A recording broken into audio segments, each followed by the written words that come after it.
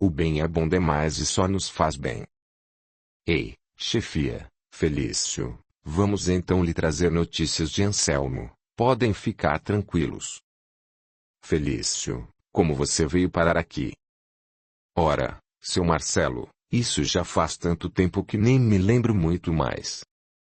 Sei que um dia eu estava ajudando uma turma lá no vale a fugir dos bichos. Isto era um dia que eles estavam atacados e uma pessoa me estendeu as mãos para que eu subisse com pressa num barranco. Daí não sei se estava meio tonto, ou se sonhei, sei lá o que aconteceu que desequilibrei e saí rolando. Quando vi, acordei. Eu estava aqui, e aqui permaneço até hoje, tomando conta desse povaréu danado que só pensa em beber. Eu falo sempre com eles que esta bebida acabou comigo, me levou lá no fundo do poço. Seu moço, perdi tudo o que tinha, veja que eu perdi tudo. Perdi minha mulher, a casa e minhas filhas, as meninas que eu tanto amo. Cachaça, seu moço. Bebi o tempo todo e nunca aceitava que eu era um viciado, vivia de farra em farra, de boteco em boteco, e tudo o que existia para mim era bebida, até que um dia saí e fui bebendo com os amigos e acho que enxaquei muito até perder a memória. Engraçado, eu sei onde moro, sei ir até lá e não consigo voltar para casa, este é o meu grande tormento aqui. Às vezes, ando e sempre acabo nessa praça daqui, não consigo achar o caminho de volta. Vivo essa saudade danada a me corroer todo. Lembro-me das minhas filhas, da minha esposa e daí eu não aguento e começo sempre a chorar de vontade de vê-las e de abraçá-las outra vez. Mas parece um inferno, quando sinto que estou perto me perco outra vez e não consigo voltar. Felício, você tem uma noção de quando tudo isso aconteceu? Não sei não, seu Marcelo. Lembro só que eu saí para ir ao Maracanã, era domingo e era dia de decisão, pois o Brasil estava na final. Aquela barulheira danada, gente pra lá e pra cá, e grita daqui e grita de lá, nós fomos bebendo. E acho que nem cheguei ao campo, provavelmente passei mal ou sei lá o que. Daí quando acordei era noite, uma noite que não passava nunca. Aquelas vozes me perseguindo, gritando, suicida, o seu lugar é aqui no inferno. Nossa, cruz credo. Saía sempre correndo, e passei muito tempo onde a única coisa que eu fazia era correr. Mas sempre caía, tropeçava, caía novamente. Confesso que ainda estava tonto, meio atordoado e aquelas vozes dos infernos a me perseguir sem trégua. Seu Marcelo, acho mesmo que eu fiquei foi louco, internado num grande hospício onde só tinha loucos. A única coisa que eu queria, seu Marcelo, era sair de lá e voltar para casa, mas eu não conseguia e vivia sempre arrastado, seguindo uma outra multidão. Sempre nos escondendo, correndo, escondendo. Daí, sem outra opção e sem outra condição, passei a ajudar os que estavam pior do que eu. Até que vim parar aqui. Felício, você pelo menos ficou sabendo quanto foi o jogo? Que nada, seu Marcelo, não te disse que fiquei internado com os loucos ou como louco. Lá ninguém sabia de nada, ninguém falava nada, só corria e chorava. E gritava e implorava por socorro, coisa mesmo dos infernos. A gente passa por cada coisa, seu Marcelo, que duvide quem quiser, tudo por causa dessa maldita cachaça. Eita coisa miserável, seu Marcelo. O senhor ainda bebe, seu Felício? Não vou mentir para o senhor, tomo só um pouquinho, assim mesmo escondido do povo daqui. Eles são muito bacana, não sabe? Vêm aqui e trazem coisas para nós, e rezam com nós, e nos ajudam muito, e nos alegram também. Eu tenho prometido para mim mesmo que vou vencer essa maldita bebida, e na verdade hoje bebo só um pouquinho mesmo e nem é todo dia, graças a Deus. Felício, se precisar de mim, sinta-se sempre à vontade. Qualquer coisa, me procure lá na portaria do hospital, aliás, nós já somos amigos. Neste momento os olhos de Felício umedeceram e algumas lágrimas rolaram-lhe pela face. Via-se estampada a sua debilidade e carência por alguém e por sentir-se novamente estimado e reconhecido como gente. Escondeu o rosto e fez menção de sair quando eu lhe disse: Felício, os amigos não fogem dos amigos e nós somos amigos. Não há motivo para você sair daqui, aliás a prosa parece-me muito boa, não acha? Desculpa-me, seu Marcelo, é o choro. Fico com vergonha de chorar na presença dos amigos. São as saudades, as lembranças que me corroem a alma e me entristecem e daí fico me sentindo como se fosse o último dos homens. Sempre quando fico assim, volta a minha dor de cabeça infernal, e o nariz e os ouvidos começam a sangrar. Não aguento mais esse sofrimento. Felício era uma criança. Naquele momento desapareceu o líder, a chefia. Apequenou-se de tal forma que passava a inspirar agora a necessidade de nossa imediata ajuda, jamais o dó, pois esse sentimento nada constrói. Aliás, tenho aprendido por aqui que, onde existe o sofrimento, há também, em todas as direções, a misericórdia bendita. Em Maria de Nazaré recolher os rebotalhos do caminho na grande proposta de reconduzi-los novamente às sendas do progresso. Felício muito se parecia com os eberfrênicos que conheci, expressão vaga e um tanto quanto perdida, maltrapilho e bastante sujo, transpirava e cheirava cachaça, uma alambique ambulante a azedar o ambiente. Ele parecia uma grande múmia algodoada a se decompor, marejando sem cessar um licor amarelecido e viscoso que parecia vir de suas entranhas, o que lhe dava uma aparência pavorosa. Mas algo também me dizia que ali estava uma pessoa boa, um coração de ouro, um companheiro que possivelmente tenha se deixado levar pela invigilância e, sem se aperceber, foi sendo apanhado pela malha fina do alcoolismo, até que fora colhido de surpresa pela passagem fatal sem se dar conta dos malefícios que havia plantado em seu caminho. Tanto tempo se havia passado e ele não se dava conta de nada e nem mesmo de sua passagem abrupta. Era como se o tempo tivesse parado e ele vivesse tão somente os instantes dos sofrimentos. Como eu agradecia aos meus pais naqueles momentos pelos ensinos e pelos exemplos, pois muito cedo aprendi que o álcool é um dos maiores inimigos do homem. Meu pai tivesse todos os defeitos do mundo, mas este não. Não era homem de viver pelos bares, tampouco pelas bebidas. Jamais o vi com um copo de qualquer bebida alcoólica nas mãos. Minha mãe então, nem se fala, vivia falando, e cobrando, e nos ensinando desde de cedo as falácias do álcool. Nem de longe nos deixava lidar com este vício maligno. Vendo Felício, fiquei a me perguntar: será que os seus pais foram iguais aos meus? Como são importantes os nossos pais!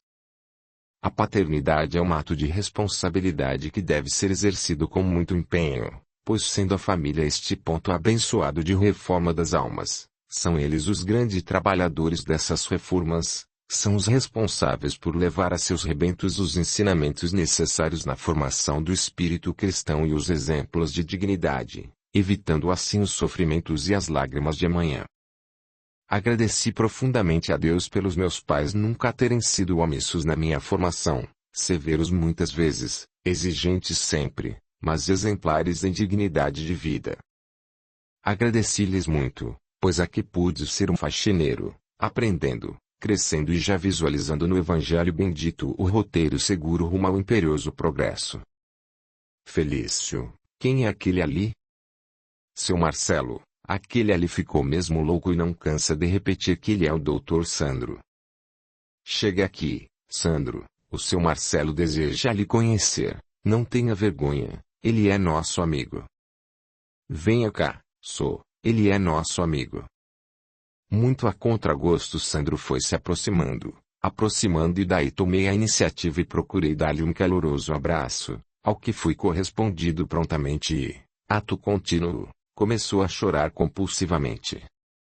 Sandro, deixa de bobagem, homem, pare com essa choradeira danada, pois seu Marcelo vai até desgostar de sua amizade.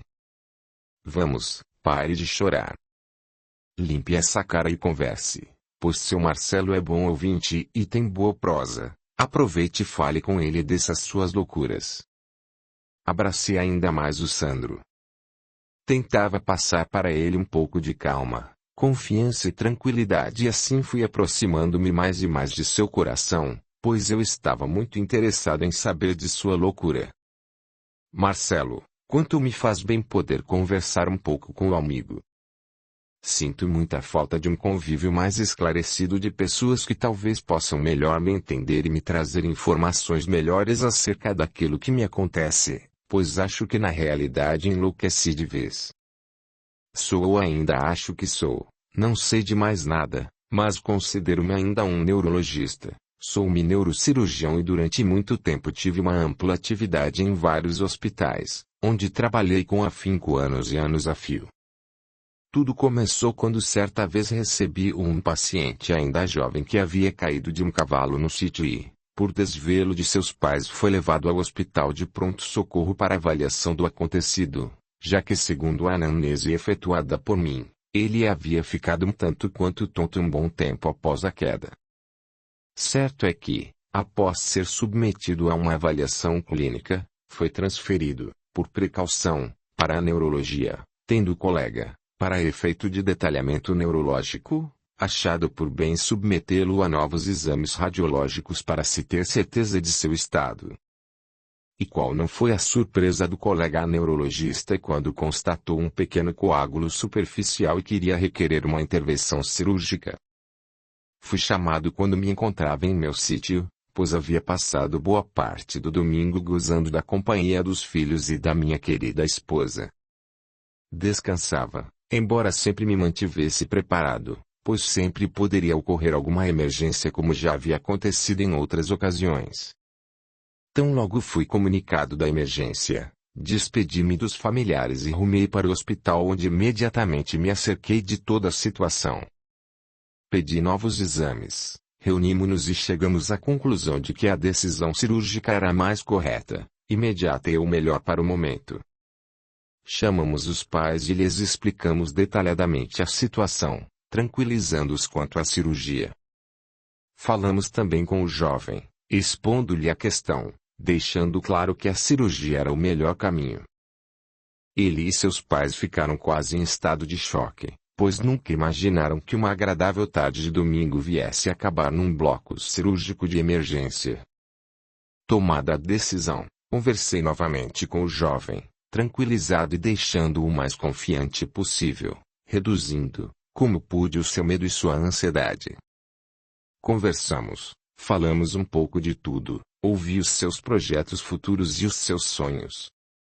Ele me disse que estava seguro e confiante, mas que antes ele queria ver seus pais novamente e a sua namoradinha, no que eu atendi prontamente.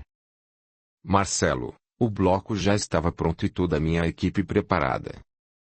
Tão logo quando eu terminei o árduo e longo processo de minha especialização e atingi o status de cirurgião titular, jamais operei sem a minha equipe, pessoal de minha estrita confiança, todos preparados e escolhidos por mim.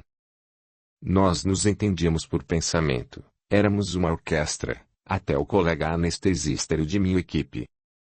Tomados todos os preparativos de praxe, cumprido todo o ritual pré-cirúrgico e aguardado o tempo necessário solicitado pelo anestesista, conferimos todos os detalhes vitais, iniciando então os procedimentos cirúrgicos propriamente dito. Antes dos 10 minutos de trabalho veio a primeira parada cardíaca e, numa velocidade recorde própria das equipes bem preparadas, efetuamos todos os procedimentos de manutenção, mas inexplicavelmente um pavor tomou conta de todos nós. As minhas mãos ficaram trêmulas e inseguras demais, impróprias ao ato cirúrgico. O medo e a insegurança instalaram-se naquele bloco cirúrgico. Em mais ou menos 3 minutos após, veio uma segunda parada e seguidamente uma terceira, e o óbito se consumou. Sandro estava em pranto. Tremia todo como se estivesse passando muito mal. Chorava convulsamente, colocando as mãos sobre o rosto, tentando esconder alguma coisa, alguma visão ou seu próprio sofrimento. O grupo de companheiros, Felício, Lourenço e os outros observavam preocupados, enquanto ele chorava convulso. Mantive a calma e aproveitei aqueles instantes fazendo uma prece. Pedi por ele e deixei as minhas mãos percorrer-lhes os cabelos já grisalhos, pois podia avaliar-lhe o sofrimento pela expressão do rosto.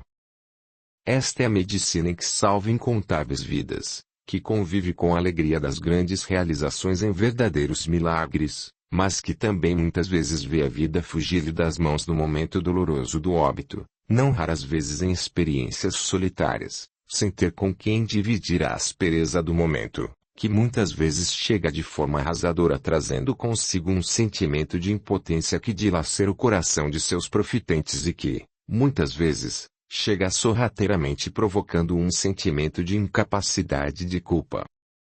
São bravos heróis anônimos de clínicas solitárias, que quase sempre vivem sem ter um ombro para dividir a dor vivida e a requerer por isso uma enorme proximidade com Jesus o médico das almas, para que através da fé possam então lidar bem com as responsabilidades que lhes cabe, não sucumbindo diante aos desafios do caminho. Aliás, milagre não existe.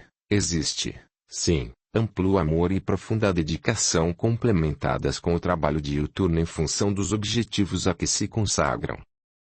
Assim, nosso irmão Sandro foi pouco a pouco recobrando a calma, diminuindo o pranto, voltando novamente ao relato que me comovia o coração. Marcelo, aquilo foi para mim um pesadelo, um terremoto em minha vida. A consternação de uma equipe sempre acostumada a ser vitoriosa, e que agora havia perdido uma vida impotentemente.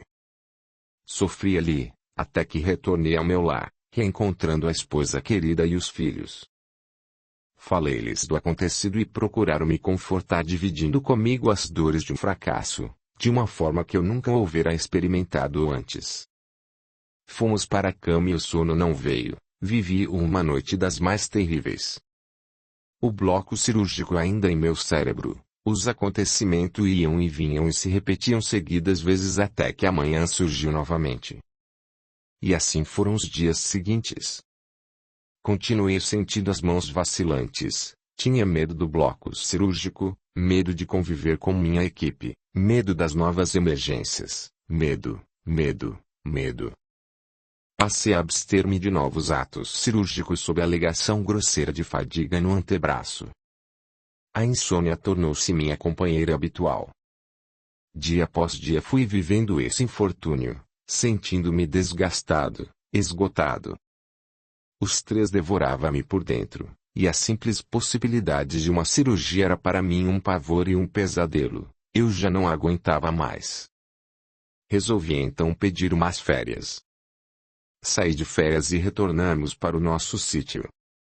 A esposa, carinhosa, procurava amenizar minha situação, enquanto os filhos, preocupados, faziam de tudo para alegrar-me o coração, mas a insônia continuava a me perseguir, e a imagem daquele garoto, vive em minha mente qual clichê a martirizar-me incessantemente. Aí aconteceu meu grande mal. Descobri algumas garrafas de uísque que há anos havia guardado lá, e como que arrastado por aquelas pressões fui bebendo, mantendo-me embriagado o dia inteiro. Fui, pouco a pouco, entregando-me a essa maldição até que chegou o dia de retornar novamente ao trabalho. Eu não tinha a menor condição. Pedi uma licença maior a que tinha direito, retornei ao sítio e continuei a minha tortura pessoal afogando-me cada vez mais na bebida.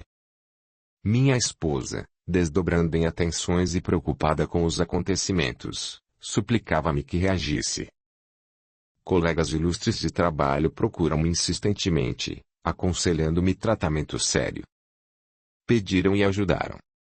Os companheiros mais humildes visitavam-me cotidianamente, trazendo a solidariedade e o carinho de verdadeiros irmãos, mas era como se eu vivesse um inferno. Uma voz falava-me insistentemente. Você está acabado.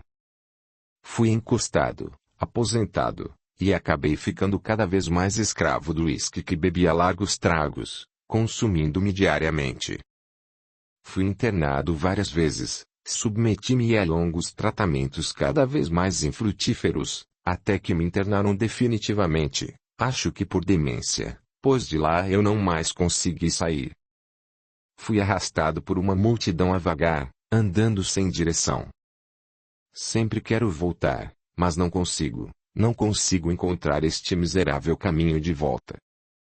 Grito, choro, imploro e sou amparado por estes amigos. Nas poucas vezes que consigo dormir aqui tenho refrigério, pois pelo menos em sonho vejo a esposa querida a estender-me os braços e a pedir-me continuamente para que eu confie em Deus. Para o meu maior desespero, quando acordo, o sonho se desfaz e pronto, começa tudo outra vez. Mas, Sandro, você tem confiado em Deus? Tem buscado a Deus? Marcelo, quem é Deus? Quem é este tal de Deus, este homem que eu não consigo entender e que, não entendendo, também não tenho como nele crer? Marcelo, eu não consigo pensar nisto. Deus para mim não passa de uma necessidade humana para satisfazer as suas necessidades diante do caos. Como conceber Deus, Marcelo?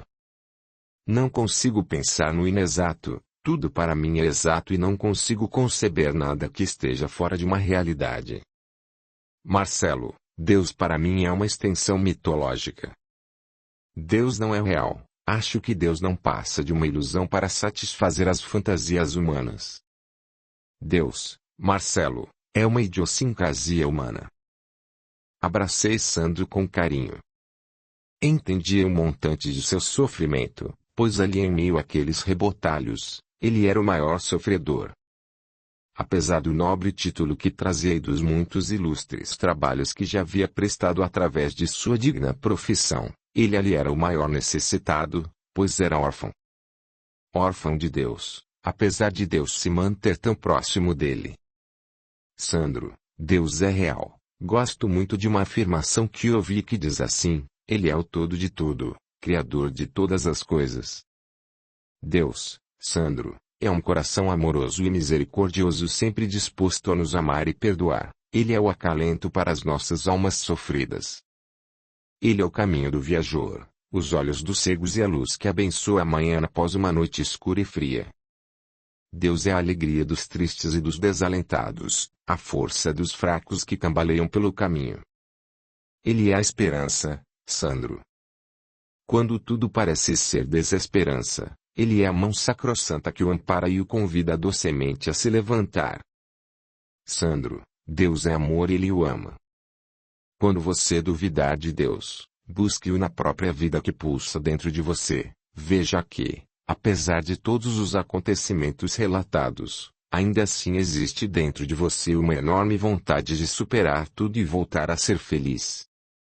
Esta coragem, Sandro, também advém de Deus. Tenho plena certeza de que você gostaria de recuperar-se do vício que hoje lhe tira a alegria, e deseja abraçar a esposa querida que há muito não vê, e de estender os seus braços na direção dos filhos envolvendo-os num terno abraço. Sandro, você é pai. Deus, meu amigo, também é pai e não desampara nenhum de seus filhos. Sandro, esta vontade não é irreal. Deus não é uma fantasia e tampouco uma idiosincrasia. Apesar de todo o sofrimento, de todas as dores e de tudo que você tem passado, pode ter plena certeza, Sandro, amigo, querido, você voltará a sorrir. Sandro, essa força que movimenta céus e terras dentro de nós e que faz com que possamos remover montanhas, esta vontade que nos impulsiona para a frente, diante de tantas adversidades, meu irmão querido, chama-se Deus em nós. O meu irmão querido agora chorava copiosamente, era como uma criança perdida e assustada no meio de uma multidão, medroso, desprotegido, impotente e débil. Estava novamente agachado, tentando esconder a cabeça por entre as pernas como se quisesse fugir de tudo e de todos, como se ele quisesse fugir de si mesmo, sem a coragem para enfrentar a sua própria realidade. Agachei-me ao seu lado e passei meu braço sobre os seus ombros, acariciando-lhe devagarzinho as espáduas indo até os seus cabelos. Com a outra mão fui, pouco a pouco, limpando-lhe as lágrimas, respeitando-lhe o pranto até que ele se calou e eu lhe disse: Sandro, querido irmão, acompanhe-me. lembre-se de sua mãezinha que provavelmente um dia ensinou a orar. Deixe, amigo, render-se aos sentimentos nobres, colocando-o aqui o seu coração e verá que doravante novas brisas soprarão em sua vida. Sandro, busquemos a Jesus. Pai nosso, que estás nos céus, santificado seja o vosso reino. Após terminar, para minha alegria, Sandro já estava tranquilo, respirando, a longos haustos a brisa mansa que carinhosamente soprava entre nós. Olhava-me agora com admiração e espanto, deixando escapar pequenas linhas de sua felicidade.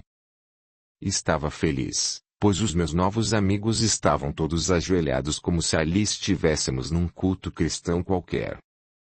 Uns passaram pela vida sem cultura, mas próximos a um Deus homem, mítico, incapaz de lhes movimentar a consciência. Outros passaram com muita cultura, mas sem nenhuma sabedoria e presos às vaidades que os mantiveram sempre distantes de Deus verdadeiro. Audiolivro realizado pelo canal Surya Chand Audiobook. Agora estávamos ali todos nós reunidos, tendo a oportunidade de nos aproximarmos de Deus, através dos insondáveis mecanismos das dores e pela sabedoria que se reveste o amor ao próximo. Marcelo, em algum instante de sua oração, parece que senti minha mãe acariciar minha face e eu a ouvi nitidamente como se estivesse a me dizer: Sandro, abrace essa oportunidade bendita, busque a Jesus e encerre definitivamente este ciclo de quedas e de dores. Sandro, lembre-se do evangelho que tanto lemos juntos na salinha de nossa modesta casa. O que Deus o abençoe e o guarde. Marcelo, acho que estou mesmo ficando louco. Sandro, isto não é loucura, irmão querido, é a exuberante força do amor. Quando puder, voltarei aqui para visitá-los. Todos nos olhavam, talvez sem entender nada que por ali se passava. Aliás, nem eu mesmo sabia explicar bem, sei apenas que muito poucas vezes me havia sentido tão feliz. Todos se foram aproximando de mim e me abraçando amistosamente, olhavam-me admirados como se estivessem diante de alguém muito superior a eles. Felício segurava minha mão e repetia para Sandro: Calma, Sandro, ele irá nos ajudar.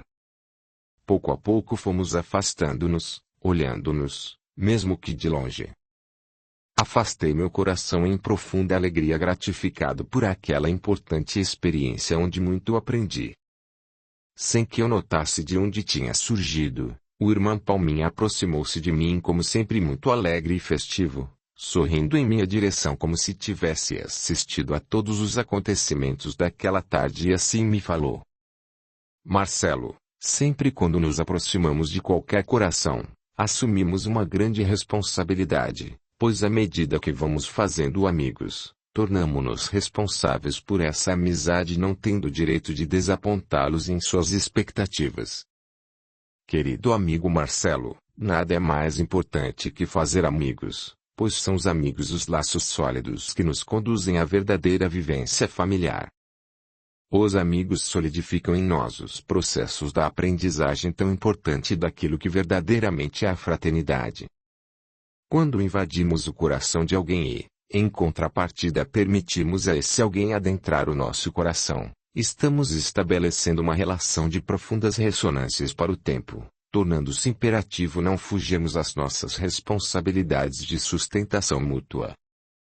Se alguém quebra a ética da amizade, levando ao coração alheio o prejuízo da decepção, este alguém arrasta para si sérios débitos. À medida que o contrato de confiança existente entre os amigos vai sendo paulatinamente quebrado, passamos a gerar processos de resgates muito sérios, provocando ressarcimentos inadiáveis. A amizade é uma relação muito séria. Reclama sempre doação e responsabilidade. Ninguém que entra num coração consegue caminhar à margem do ser emocional que ali existe, e fatalmente responderá por qualquer prejuízo que porventura venha provocar direto ou indiretamente. Não se permita nunca decepcionar os seus amigos e jamais seja motivo de escândalo em qualquer relação afetiva. A amizade, querido amigo, pressupõe uma relação de confiança que se alia ao envolvimento afetivo. Confiança e afetividade, quando vividas em base de cumplicidade, são instrumentos importantíssimos para o despertar do amor em nós. Os nossos amigos sempre esperam muito de nós da mesma forma que nós também muito esperamos deles. Vivemos a intercambiar afeições, somos a todo instante doadores e receptores. Não esqueçamos que as mãos que doam são também as mesmas mãos que recebem. Marcelo, querido amigo, a amizade é uma pérola preciosa a nos exigir cuidados especiais em sua guarda. Quem não sabe guardar os amigos é porque não tem consciência do tesouro que possui. Sim. Concordava com o irmão Palminha. Sempre fui muito sério em minhas amizades e as suas alertivas reforçavam em mim o que eu já havia percebido enquanto dialogava com aquele grupo, mas não podendo perder a oportunidade interroguei-o. Irmão Palminha, pareceu-me que eles não têm consciência de que já se separaram do corpo denso e que vivem hoje aqui uma nova realidade. Como resolver esta questão? Marcelo, irmão querido, aprenda a trabalhar com o tempo. 2C. Dedique-se, aplique-se à relação, coloque o evangelho em ação e tudo lhe será concedido por acréscimo. O momento para o devido esclarecimento virá no tempo certo, na hora certa e principalmente no lugar certo. As coisas acontecem naturalmente quando trabalhamos sob os auspícios do tempo. Marcelo, existe o tempo aprazado. Palminha despediu-se de mim e, sem que nem pra quê, desapareceu quase que na minha frente. Confesso que isto ainda me provoca calafrios por todo o corpo e me dá aquela vontade de sair correndo. Reconheço que, apesar de tudo, ainda continuo muito medroso, mesmo que diante dos amigos do coração. Continuei seguindo e me propus a colaborar firmemente nas tarefas do acolhimento fraterno, caso houvesse necessidade por lá. Ainda estava muito cedo para recolher-me sob o pretexto de descanso. Por aqui o trabalho não sofre interrupções em sua dinâmica, e com ele vamos aprendendo a não parar também, pois a necessidade nunca chega com hora marcada. Sempre existe alguém precisando de nós, na mesma medida que estamos sempre a precisar de alguém. Intercâmbio fraterno. Capítulo 12. Há muitas horas limpava o chão na portaria. Nossa equipe se desdobrava para manter toda a higienização em ordem, pois desde cedo quando os caravaneiros chegaram, oriundos das regiões mais densas, não paramos mais de trabalhar. Era uma correria e não havia como parar, ajudávamos naquilo que nos era possível e também permitido frente às nossas muitas limitações. Ainda se necessitava que todos nós dessemos uma cota de esforço extra para que o serviço da limpeza se mantivesse dentro do nível desejável. Foi bom. Matei as saudades, pois muito não via os meus amigos, ou melhor, os irmãos que o túmulo colocou em meu caminho. Sentia muitas saudades, mas sabia que eles estavam sempre em ação, trabalhando em regiões difíceis a requerer deles uma grande capacidade doadora. Abracei Maun com o carinho e o respeito de um irmão mais novo e menos experiente, muito feliz por revê-los e estimando que pudéssemos estar novamente mais tarde juntos em nossos alojamentos para lhes ouvir as novas histórias. Infelizmente tive uma triste notícia. Já estavam outra vez de partida, retornando para novas frentes de trabalho, pois a bem da verdade, somente regressaram para trazer vários irmãos resgatados que requeriam cuidados mais urgentes. Na realidade foi uma feliz notícia e até já me acostumei com a distância e as despedidas, pois os meus novos irmãos estão sempre em trabalho e isto é importantíssimo para todos nós. Abracei-os novamente, despedindo-me e desejando-lhes o melhor desempenho possível. Confesso que não pude evitar algumas lágrimas que me vieram aos olhos, apesar de estar acostumado às despedidas sempre sinto muita falta deles, pois são toda a família que possuo aqui. Desejei de coração que estivessem sempre sobre as bênçãos divinas, realizando o que fosse o melhor. Eu bem sabia que atuavam em difíceis tarefas em lugares penosos, atendendo a irmãos em situações dificílimas, e por isso mesmo me senti orgulhoso e muito honrado por tê-los como os meus grandes irmãos. Foi quando o Tiriri, sério como sempre, disse-me: Marcelo, estamos felizes com as últimas notícias recebidas a seu respeito.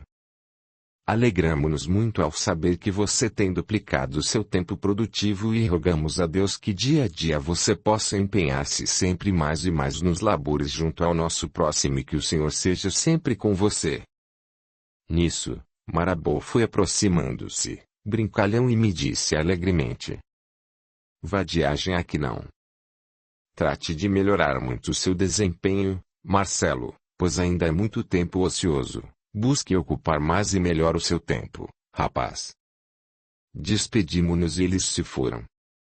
Estava com o coração feliz, pois mesmo rapidamente pude reencontrar os meus amigos. Aquelas foram as primeiras mãos que me ampararam do lado de cá. Acho que por isso gosto tanto de gostar deles, pois, mesmo à distância, eles me fazem um grande bem. Audiolivro realizado pelo canal Surya Chand Audiobook. Enquanto esfregava o chão de alguns vomitados e secreções que sujaram toda a recepção, observava uma senhora um tanto quanto atabalhoada e que parecia perdida em nosso ambiente. Andava de um lado para outro preocupada, parecendo não estar conseguindo resolver alguma questão. Observei-a durante todo o trabalho de limpeza e senti que ela precisava de ajuda. Assim que terminamos, fui direto ao seu encontro e lhe dirigi a palavra. A senhora está precisando de alguma coisa? Observei que ela ficou meio assustada com minha presença, um pouco medrosa e desconcertada. Depois de algum tempo me perguntou: de onde o senhor veio? Nossa, será que eu também sou fantasma? Pensei. Santo Deus, o que eu menos queria era assustar a nossa irmã. Por isso lhe falei com carinho. Não se assuste, pois cheguei por este lado aqui e a senhora estava um pouco distraída, nem se dando conta de minha chegada. Por acaso procura algo ou precisa de alguma ajuda? Sim. Eu procuro a minha filha. Preciso vê-la com urgência, pois não suporto mais a saudade. Desde que ela partiu, vivo essa dor que me consome. Tudo para mim é solidão e tristeza. Eu preciso vê-la, pelo amor de Deus. Tudo em mim é só revolta. Minha querida irmã, vamos fazer tudo para ajudá-la, pois estamos testemunhando o seu sofrimento. As mães são assim, muitas vezes sofrem muito. Fique calma, mantendo a serenidade, e assim iremos ali na área de nosso atendimento. Como sabe que a sua filha está aqui? Sim, anjo, há muito venho procurando insistentemente pelo seu paradeiro, até que há poucos dias fui informada pelo protetor de nosso bairro que, em breve tempo, poderia reencontrar-me com ela, pois já estava sendo amparada no Hospital Albergue Maria de Nazaré. Por acaso não é aqui este albergue? Sim, a irmã está no local certo, mas como chegou até aqui? Mãos amigas, anjo, trouxeram-me até a entrada e me disseram que estarão cuidando de outros afazeres e num outro momento passam aqui para me buscar. Eu não posso perder tempo, tenho que encontrar minha filha. Sim, nós vamos encontrá-la. Saí dali conduzindo a nossa querida irmã para a recepção. Lá, apresentei a uma de nossas irmãs do acolhimento fraterno que com muito carinho foi logo perguntando: irmãzinha, qual era o nome de sua filha quando ainda encanada? Cristina. Nossa companheira, em centésimos de segundos, após verificar os seus monitores, disse: trata-se de Cristina, que teve a sua passagem no dia de 1900 a 1h33, através de um processo de afogamento numa cachoeira na localidade terrena de, enquanto se divertia com alguns amigos e que infelizmente se encontrava sob o efeito de bastante álcool. Sim, esta é a minha Cristina, que partiu naquele dia fatídico. Tanto lhe avisei que não fosse, que ficasse em casa para estudar, pois as provas se aproximavam e ela não ia bem na faculdade. Mas ela não me ouviu e foi com aqueles colegas imprudentes e perversos que nada fizeram para salvá-la. Como isso me revolta. A nossa irmã começou a ficar agitada e, de repente, sumiu como que por encanto. Parecia até mágica. Estávamos conversando e de pronto ela desapareceu. Eu não conseguia entender aquela situação, pois já prestes a rever a filha querida, não é possível que ela tenha desistido, ou sei lá o que podia ter acontecido. Daí perguntei à nossa acolhedora. Minha irmã, você pode me explicar o que aconteceu aqui?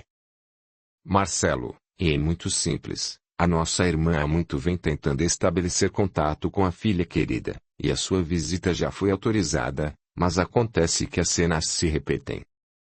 Todas as vezes que ela chega aqui e pede a informação, eu tenho que checar os dados fornecidos. Ela lembra-se dos acontecimentos, das circunstâncias que envolveram a perda e lembra-se então dos seus amigos. Daí vem revolta que traz a mágoa e que faz desaguar a raiva que lhe invade o coração e ela, então, desliga-se de nosso ambiente hospitalar por falta de sintonia e é prontamente sugada ao corpo que jazia em estado de sono. Provavelmente, Marcelo, neste instante está acordada chorando em seu leito pela saudade da filha, tendo a sensação de que esteve muito pertinho dela, ou com ela, e não conseguiu alcançá-la, ou que ia encontrar-se com ela e de repente se separaram. As coisas são assim, Marcelo, enquanto não aprendemos a perdoar, somos nós mesmos os maiores prejudicados. Fiquei boquiaberto, não sabia que as coisas funcionavam milimetricamente dessa maneira. Fiquei um tanto preocupado, pois até ali não me constava que eu havia recebido a visita de ninguém. Será que eles haviam se esquecido de mim? A atendente, adivinhando meu pensamento, falou-me. Ora, Marcelo, segundo me consta você recebeu várias visitas logo que entrou em nossa colônia, só que durante algum tempo você manteve-se inconsciente, não guardando para si registros. Há muito você é um trabalhador ocupado, não tendo tempo para ficar recebendo visitas que simplesmente te buscam por notícias ou por saudades, e assim mesmo em datas especiais, geralmente no seu aniversário e, como é de praxe, quando se comemora na Terra o Dia de Finados. Esqueceu-se que você já é finado. Ora, meu irmão, você, graças a Deus, já tem mais com o que se preocupar. Deixou a parentela para trás e está agora convivendo com a sua grande família. A família trabalho e esta família, querido irmão, não tem tempo e tampouco pode se dar ao luxo de ficar satisfazendo curiosidades. Aliás, Marcelo, você já é um finado refinado. Lindaura tinha razão, acho que mesmo se pudesse, não iria poder receber meus antigos parentes. A correria por aqui é muito intensa e o nosso tempo é rigidamente contado. Por aqui não ousamos desperdiçar tempo e oportunidades. Ademais, Marcelo, você tem o seu pai como interno em nossa colônia, e a bem da verdade você pede por ele, procura se acercar de notícias sobre ele, recomenda-o aos amigos para auxiliá-lo sempre que necessário, já utilizou muitos dos seus créditos pessoais em seu benefício. Mas na realidade não consta aqui que você esteve junto a ele uma única vez, e nem por isso podemos dizer que você não gosta dele, que não quer vê-lo ou que não se interessa por ele. Por aqui vamos aprendendo que gostar não é estar soldado ao outro como se cães de guarda fôssemos, aprendemos que gostar é atuar positivamente na direção de quem gostamos, independentemente de estarmos mais próximos ou mais distantes. A bem da verdade, quantos pais e quantas mães há e quantos filhos aqui estão. Perdemos os títulos terrenos para ganharmos o status de filhos de Deus.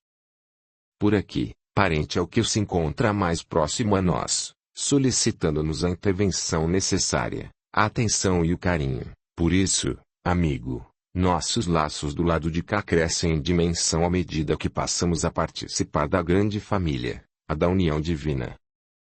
Lindaura novamente tinha razão.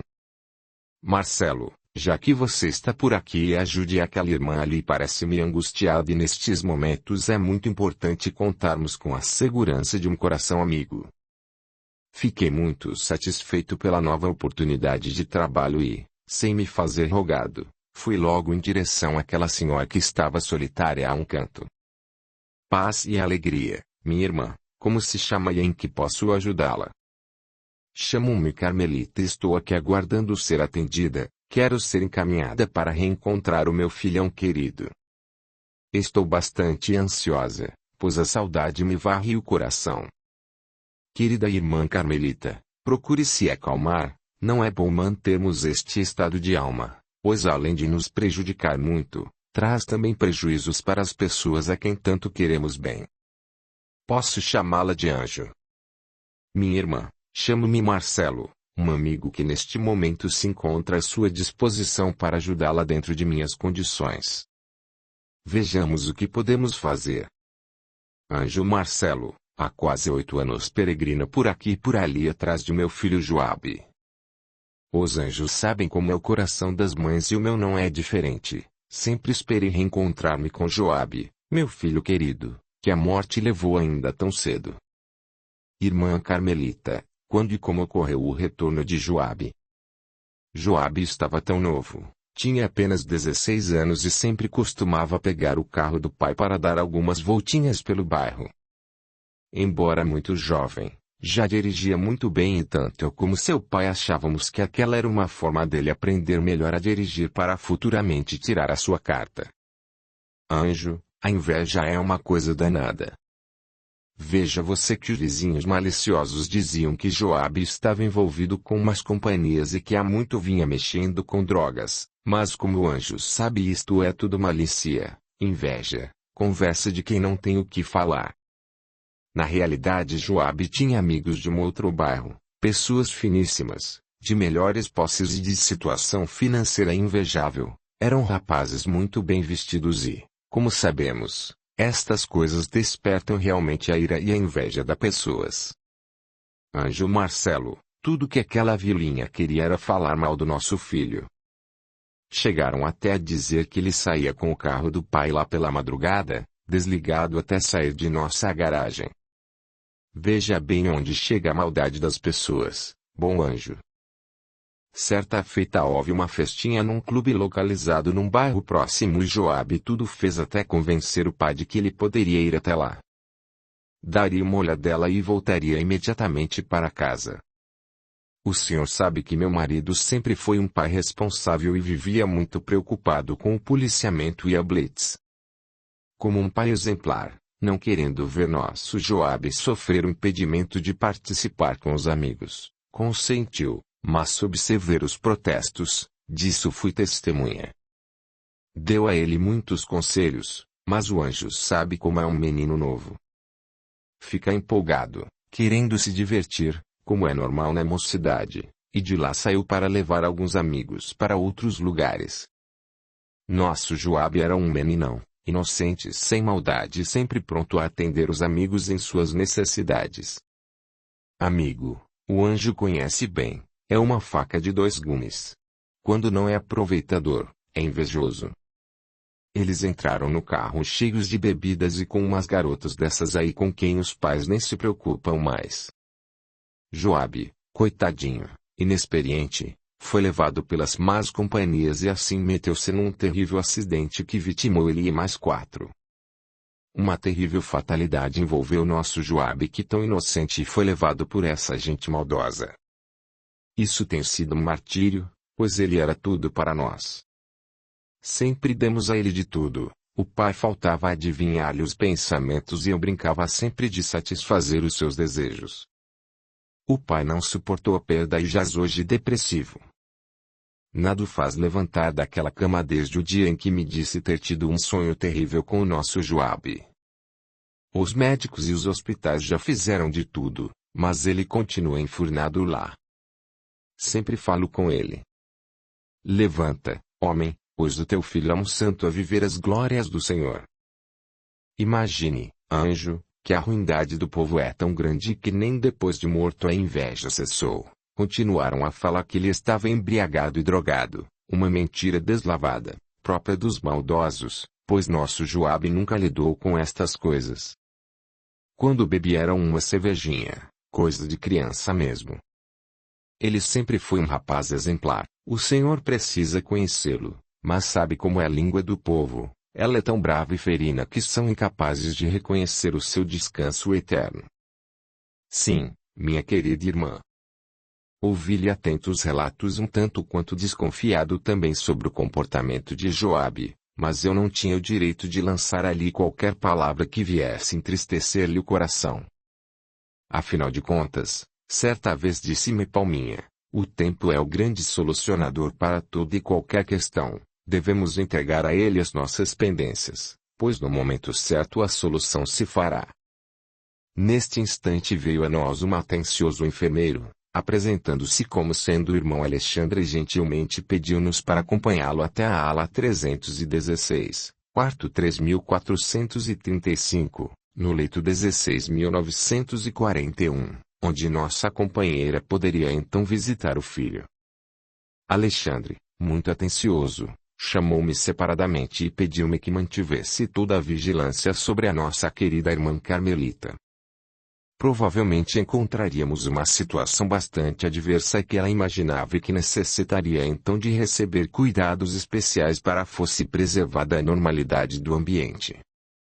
E atenciosamente me disse: Marcelo, estes processos de reaproximação sempre são muito duros, bastante difíceis e extremamente trabalhosos, principalmente na situação de revolta em que se encontrava o nosso irmão Joabe. A vida é assim, nada passa desapercebido perante os sagrados códigos divinos e não há como abafar os gritos da própria consciência. Marcelo, se precisar de qualquer coisa, em qualquer situação de emergência, é só pensar em mim, pois assim já me terá chamado, estaremos sempre por perto, acompanhando atentamente todo o desenrolar da situação. Despedimo-nos e saí levando comigo aquela mãe carregada de esperança e alegria por rever o filho querido. Confesso que também estava ansioso, pois viveria uma experiência da qual não tinha o mínimo domínio. Jamais havia vivido aquela situação. Andamos bastante, movimentando-nos pelos extensos labirintos, que é o nosso albergue. Cruzamos com vários outros visitantes encarnados, estes formam uma enorme população flutuante em nossa colônia.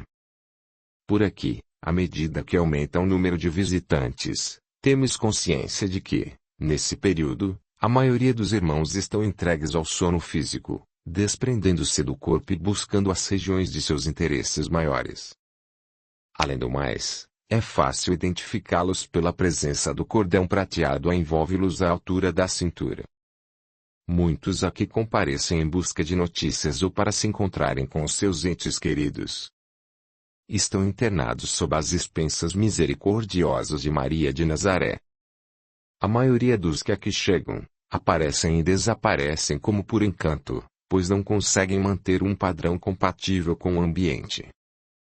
Na maioria das vezes, como não tem um companheiro para lhes fornecer a devida sustentação, não conseguem fixar-se em nosso núcleo. Tudo funciona pela lei de atração, tudo é uma questão de sintonia. Atraímos e repelimos tudo pelo nosso comportamento mental. Os que não conseguem sustentar-se por aqui são imediatamente sugados para o corpo físico, arrastados por uma forte corrente denominada de lei de atração. Geralmente o impacto é tão grande sobre o veículo físico que eles muitas vezes acordam espavoridos, vivenciando o que comumente tratam por pesadelo. Muitos na realidade, sabem que estiveram em algum lugar diferente, mas também não conseguem fixar as suas lembranças. Sintonia é o único passaporte existente por aqui. Enfim, chegamos ao quarto 3435. Uma enfermeira cortês nos aguardava logo defronte, indicando-nos a entrada. Eu olhava para aqueles corredores limpíssimos e lembrava nosso rotineiro trabalho na portaria. Formamos realmente uma grande equipe, pois o nível do trabalho que realizamos na portaria é um padrão para toda a área hospitalar. Senti-me então orgulhoso de fazer parte dessa equipe e por poder participar de tão importante tarefa, a da limpeza. Entramos. Era um quarto bastante amplo, todo em azul muito clarinho que encantava os nossos olhos. O chão era uma espécie de mármore vítreo de um azul mais escurecido, formando assim um belíssimo ambiente. O teto era todo branco neve, de uma leveza incomum e no centro um lustre muito bonito lembrava aquelas peças medievais de requintado bom gosto. À nossa direita havia uma ampla janela que dava ao ambiente uma claridade natural, permitindo a entrada de uma aragem fresca a nos brindar com o aroma das flores da primavera que pendiam lindas nas árvores mais afastadas, formando assim um quadro digno de uma linda tela. Bem distribuídos naquele quarto enorme havia 4 leitos, todos eles branquíssimos, forrados com uma roupagem também muito alva, sendo que a 2 deles estavam ligados grandes holofotes direcionados diretamente aos acamados. A luz que alternava aos poucos sua graduação possuía uma coloração que ia desde o carmim intenso até o azul extremamente claro, e movimentava-se lentamente de alto a baixo, dando-nos a impressão que estava a banhar o paciente ali instalado. Ouviam-se ali alguns sussurros brandos em um dos lados e um arfar respiratório bastante intenso na outra extremidade. Em um dos leitos descia um catéter que ia terminar diretamente em um recipiente onde gotejava incessantemente um líquido griná bastante escuro. Entretanto, em todos os leitos observava-se uma imobilidade fúnebre como se os seus ocupantes estivessem hibernados em sono profundo, aproveitando a tranquilidade do ambiente. Olhei um pouco acima e fui lendo nas tabuletas que ali estavam afixadas, até que registrei a que buscava.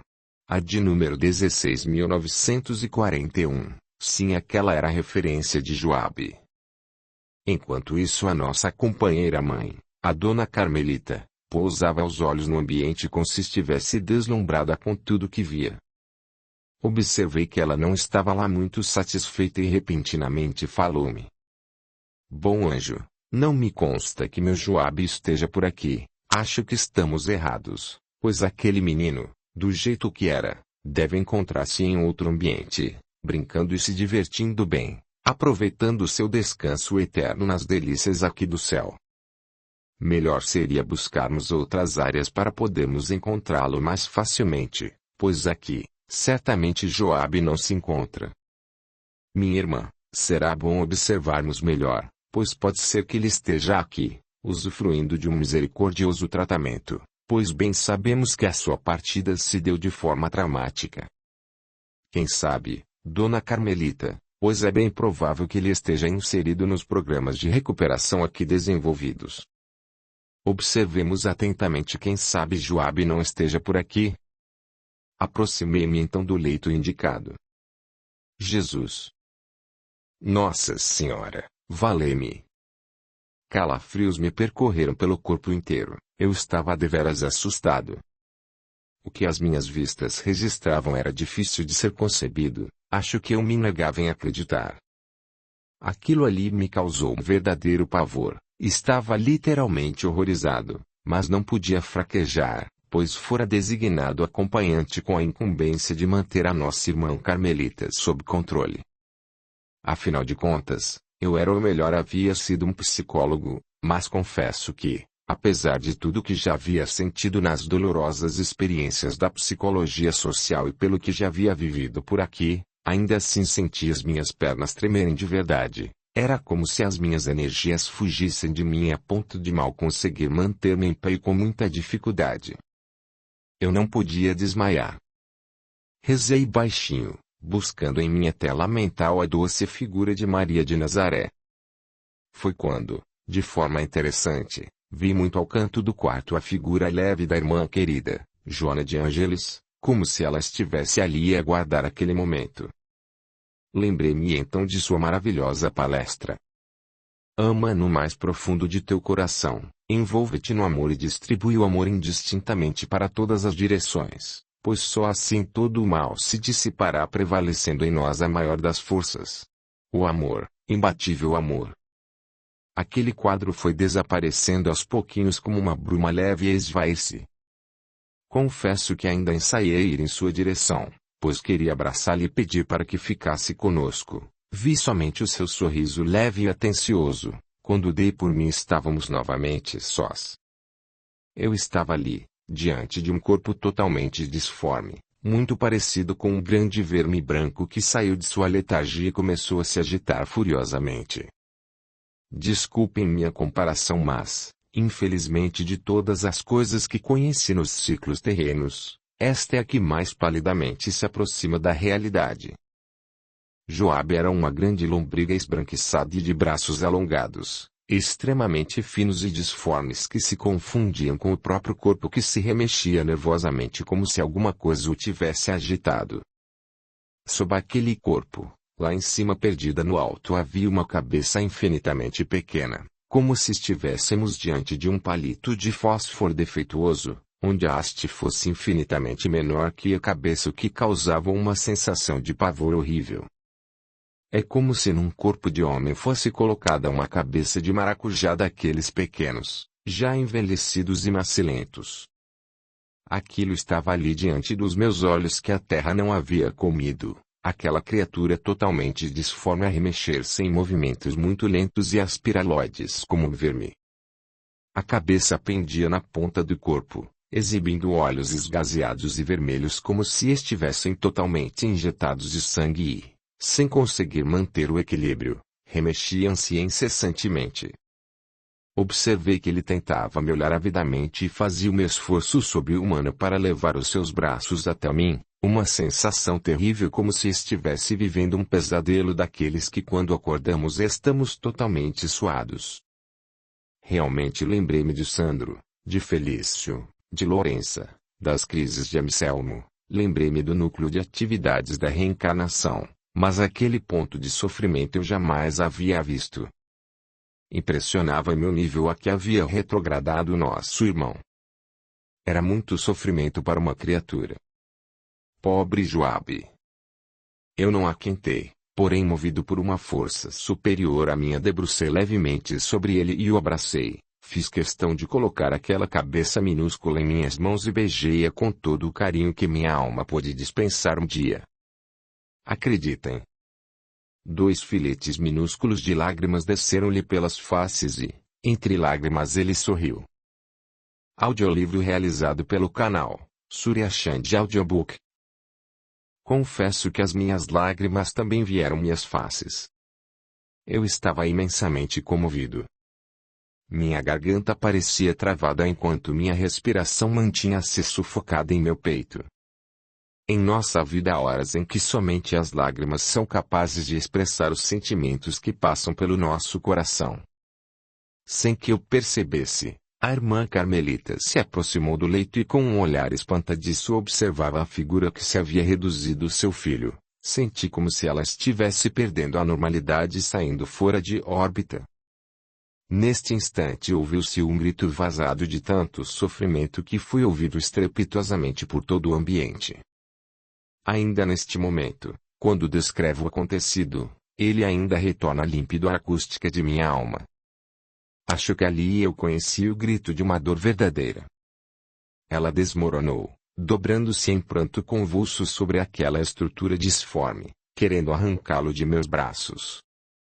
Tentava agarrá-lo desesperadamente como se quisesse a todo custo retirá-lo dali à força. E gritou estertoricamente: meu filho! Joabe, Joabe, Joabe! O que fizeram com você, meu filho, meu tesouro e vida da minha vida? Não. Não. Não pode ser. 1000 vezes não, eu estou sonhando. Diga-me, anjo, que eu estou vivendo um terrível pesadelo. Diga-me, anjo, que tudo isto é mentira. Pelo amor de Deus, me diga que isto é um sonho. Anjo de Jesus, me diga que tudo isto não passa de uma grande mentira. Joabe olhava de forma diferente, mesmo que os olhos não obedecessem à órbita normal. A sua cabecinha parecia pulsar velozmente, de sua boca saía agora uma secreção esbranquiçada, umas gosmas bastante fétidas. Um cheiro terrível parecia contagiar todo o ambiente. Busquei manter a calma, aliás não tinha o direito de decepcionar Dona Carmelita, pois os anjos, segundo me consta, são muito serenos.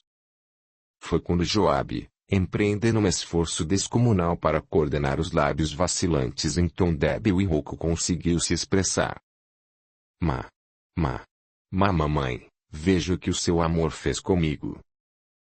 E num esforço incomum continuou. Você e papai nunca me amaram. Vocês na realidade me sufocaram a vida ainda em flor, desde os meus primeiros dias matando-me a cada dia. Mãe, você nunca me amou. Mãe, olha para mim. Este aqui, mãe, sou eu, o teu filho Joabe. Confesso que jamais esquecerei estas cenas, jamais esquecerei as palavras ditas por Joabe, todas entrecortadas de sofrimento, angústia e dor. Quando ele terminou de falar, parece que desacordou. Pendeu vagarosamente a cabeça minúscula para um lado, permanecendo totalmente desfalecido em meu colo. Olhei atentamente para Joabe. Numa fração de segundos lembrei-me dos muitos Joabes que conheci, lembrei-me dos jovens. Um descuido cometido pelos arroubos da juventude poderá jogar o jovem pelos despenhadeiros das inconsequências, causando-lhe sofrimentos sem conta. Bom será o jovem refletir melhor nos convites de todos os dias, analisando-os detidamente sob a lupa da responsabilidade pessoal, pois a mocidade não nos isenta da responsabilidade. A vida sempre responde. Coloquei aquele ser descomunal e minúsculo sobre o leito, com o respeito de quem ampara a própria mãe e com a admiração de quem está a lidar com um diamante raro. Dona Carmelita entrou então em choro convulso. Abracei-a tentando arrimá-la com minha presença, pois era tudo o que podia fazer naquele instante. Confesso, eu não tinha palavras para consolá-la. Aliás, na verdade, eu não conseguia nem falar.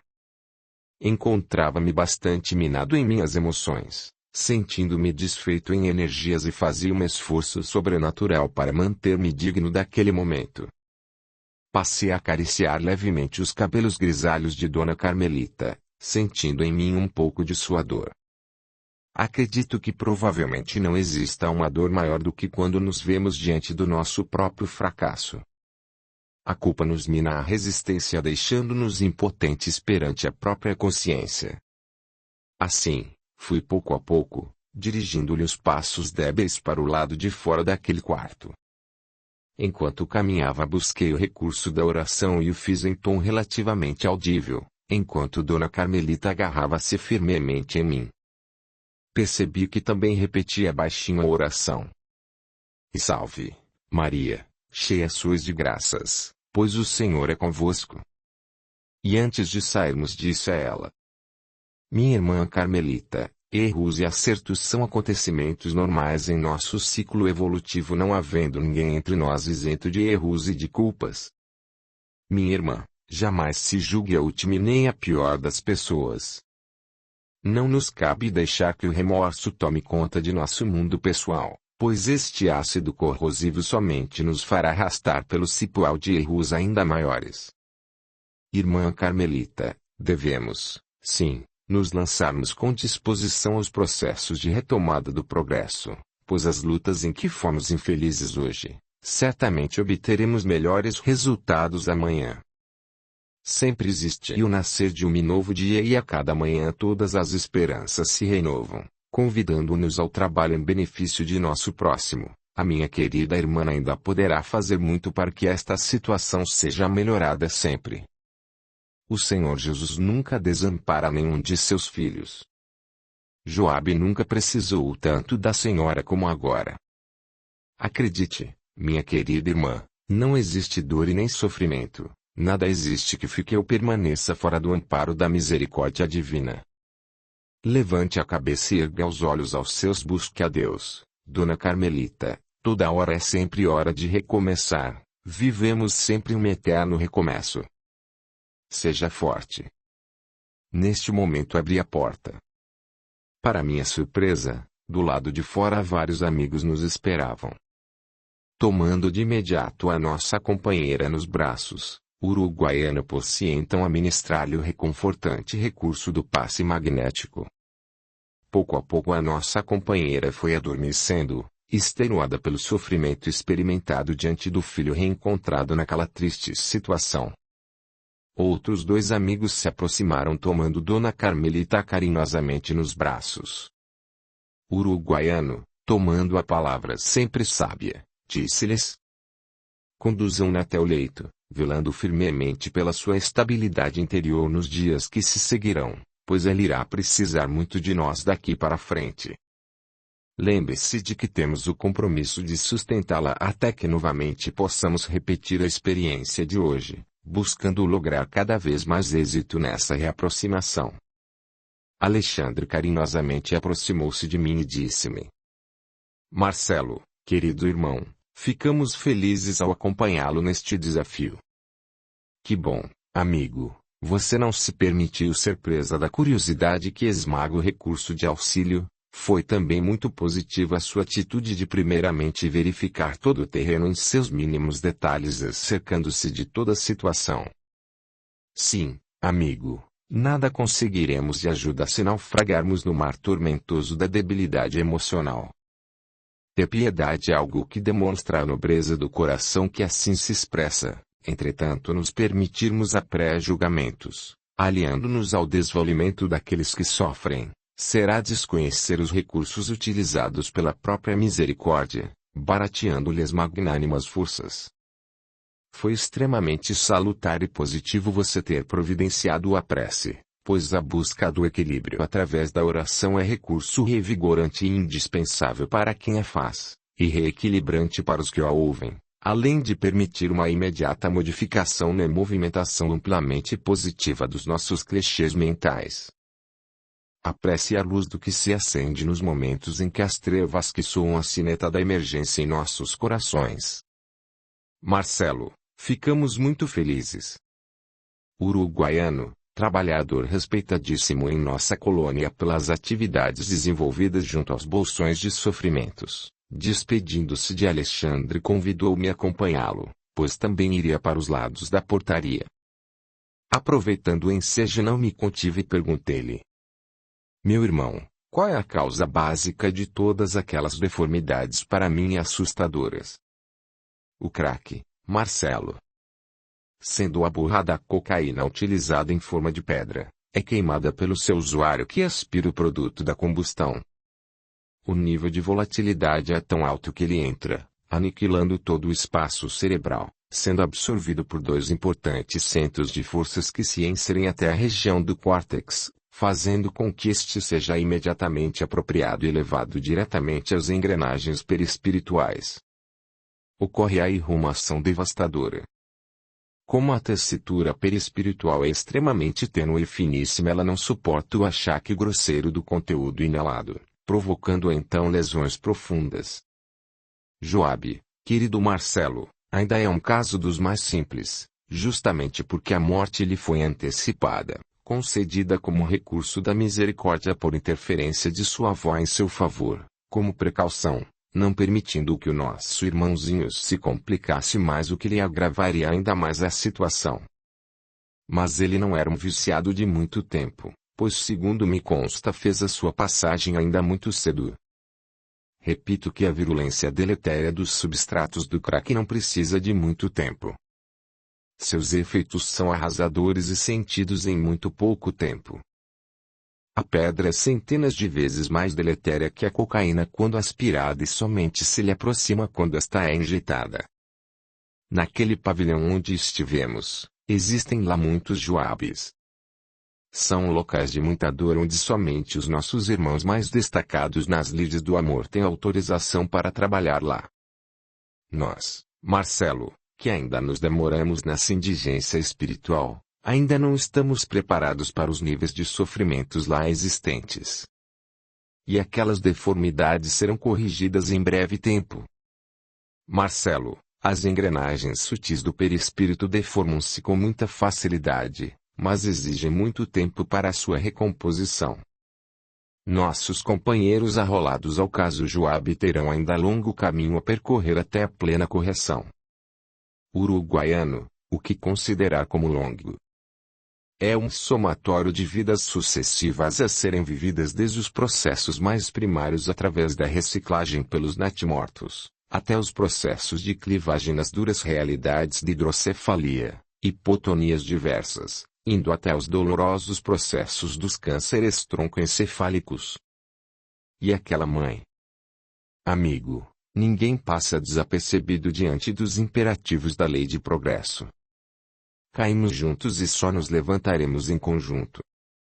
Marcelo, da mesma forma que não existem quedas solitárias, também não existem ascensões feitas na solidão.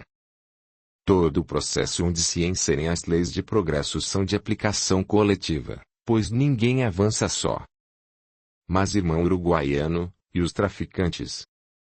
Mais dia menos dia a lei os alcançará a todos. São filhos de Deus que adoeceram e requerem tratamento adequado e especializado. Ninguém vive à margem da misericórdia. Marcelo, daquilo que plantarmos disso também nós colheremos.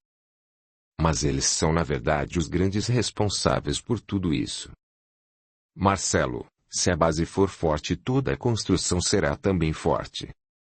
Por certo eles estão inseridos entre os vários fatores causais, mas meu amigo, não foi a eles que Deus confiou os filhos e sim aos seus pais. Aos pais, querido irmão Marcelo, a eles cabe a aplicação do antídoto. Lembre-se de que por mais virulenta seja a epidemia, se a vacina preventiva for boa, todo o corpo permanecerá resguardado mesmo que esteja diante de grandes epidemias.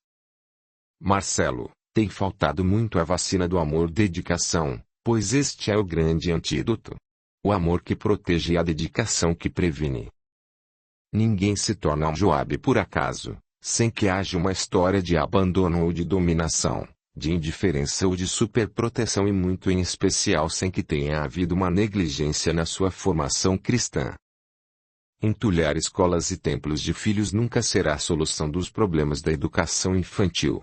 A maior das escolas na realidade é o Liceu do Bom Exemplo, pois somente através das repetições sistemáticas poderemos gerar com segurança hábitos de dignidade cristã.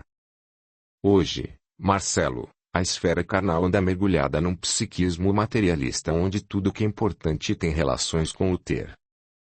Possuir hoje é um fato epidêmico, quando na realidade verdadeiramente nada existe de mais importante que potencializar em nós a capacidade de ser. Ser em Cristo, entendendo a grandiosidade de sermos espíritos eternos e para isto vivermos como tal. Ser com Jesus, entendendo a realeza pessoal e, para tanto, abrindo-se à conscientização de filhos de Deus, vivendo como tal. É necessário tomarmos consciência da magnitude de que se reveste a nossa vida. Em todo o universo não existe um outro ser igual a você. Precisamos viver de forma exuberante como verdadeiros filhos de Deus. Gigantes pela própria natureza.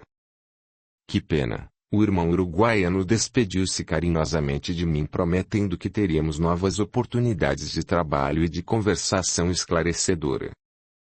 Marcelo, não se descuide de sua preparação diária, pois quem quer trabalhar com Jesus precisa sempre estar bem preparado. Empenhe-se ao máximo e participe ativamente, abraçando todas as oportunidades que você tenha para efetuar o seu aprendizado. Onde tiver uma oportunidade de aprender, aí você se matricule.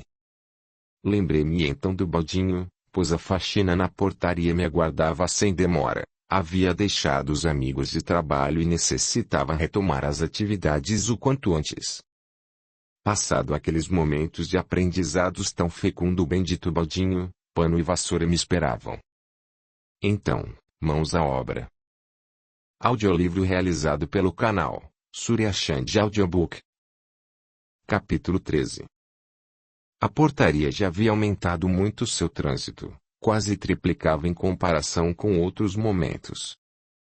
Quando isto acontece sabemos que no ambiente terreno, onde se dá mais diretamente a nossa ação já é a noite. Na medida em que nossos irmãos vão entregando o corpo físico ao descanso do sono, restaurando a vitalidade das baterias físicas, vão fazendo o seu natural desligamento, rumando para outros ambientes de conformidade com as propostas existentes em cada coração. Nestas horas encontramos mais facilmente por aqui a maioria de nossos colaboradores desencarnados, pois estes também rumam para cá, trazendo consigo verdadeiras legiões de irmãos encarnados, trabalhadores dedicados nas casas espíritas e em vários outros departamentos da vida para participarem conosco das atividades que por aqui transcorrem. É claro que também tal fato ocorre nas regiões mais densas que nos cercam, uma vez que sua população também se multiplica, dado também a presença de muitos desencarnados. Vivem verdadeiros intercâmbios de sandices e brutalidades inimagináveis em conúbios perfeitos de desregramentos ainda animalizados. Cada qual escolhe o ponto exato de sua permanência, porque onde estiver o teu tesouro, aí estará também o teu coração. Cada um elege para si os caminhos a seguir de conformidade com o ambiente psíquico em estagia nele. O sono é uma atividade importantíssima para o nosso corpo físico, representando um momento valioso de lubrificação para todo o sistema nervoso central, permitindo também ao sistema nervoso autônomo descarregar os acúmulos de energia cápica, também conhecida por muitos como energia Qi. O volume dessa energia, quando se acumula em um só ponto, torna-se bastante negativo. São produzidos muitas vezes pela vivência de constantes momentos estressantes, angustiosos, ansiosos, e muitas vezes por estados beligerantes produzidos inadvertidamente pelo ser, como a raiva e a agressividade, sendo que o medo é um de seus indutores mais nefastos. A energia cápica é totalmente descarregada do sistema hipotalâmico, principalmente pelos fios de cabelo e pelas extremidades do corpo. Quando este refúgio de energia ou energia negativa fica retido, sobrecarrega todo o sistema nervoso. Passa a provocar a presença de pequenos grânulos que, na sua grande maioria, passam a localizar-se próximo às áreas conhecidas como meridianos ou pontos de força menores. A gênese de muitas doenças tem sua base nesses descontroles, por isso o sono é tão importante num mínimo de 4 horas diárias. Assim, várias atividades são fundamentais. A fluidoterapia na sua feição de captação e limpeza de energias, a água, facilitando o trabalho renal nas excreções e o banho são indispensáveis. O contato direto e constante com a natureza e, sempre que possível ou todos os dias, uma boa escovação dos cabelos com pente de madeira ou de metal. As terapias alternativas levadas a efeito com seriedade também têm o seu lugar de importância e devem ser bastante respeitadas. São coadjuvantes essenciais para os tratamentos tradicionais, pois na relação entre o corpo denso e o sutil, lidamos com uma complexidade de energias cujos efeitos são ainda muito pouco compreendidas por todos nós.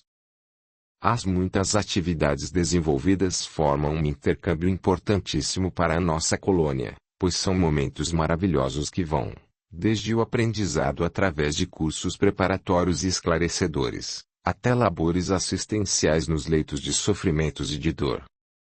Realizamos assim vários trabalhos, principalmente aqueles para os quais dependemos da presença doadora de uma maior quantidade de fluidos materializados. Eu segui o meu caminho, feliz por estar compromissado com outras atividades extras. Agora, constantemente comparecia junto à turma de Felício com a desculpa de levar notícias de Anselmo. Assim, pouco a pouco, fui conseguindo infiltrar entre eles o estudo do Evangelho e, pasmem, já aderiram tanto à ideia que até já me esperam próximo à portaria do hospital. São eles que estão agora requerendo de mim os momentos de oração e de estudos coletivos, e isso me deixa muito feliz. Estou aprendendo, pouco a pouco, a enfrentar os novos desafios, tomando consciência de que tudo nos é possível desde que haja uma vontade verdadeira. O Evangelho de Jesus é recurso transformador de almas à medida que imperceptivelmente vai tocando os nossos corações. Isto é mesmo de causar espanto. Imaginem os amigos que Sandro, o ateu, já é o companheiro encarregado das leituras do Evangelho, o que tem feito com todo o sentimento, colocando nessa atividade todo o seu empenho e respeito. Assim passei a dedicar mais tempo junto deles, e Marabô, com o seu jeito brincalhão, vai falando sutilmente suas verdades. Ele estava mesmo certo, pois realmente percebi que eu ainda tinha muito tempo vago e necessitava de melhor aproveitar.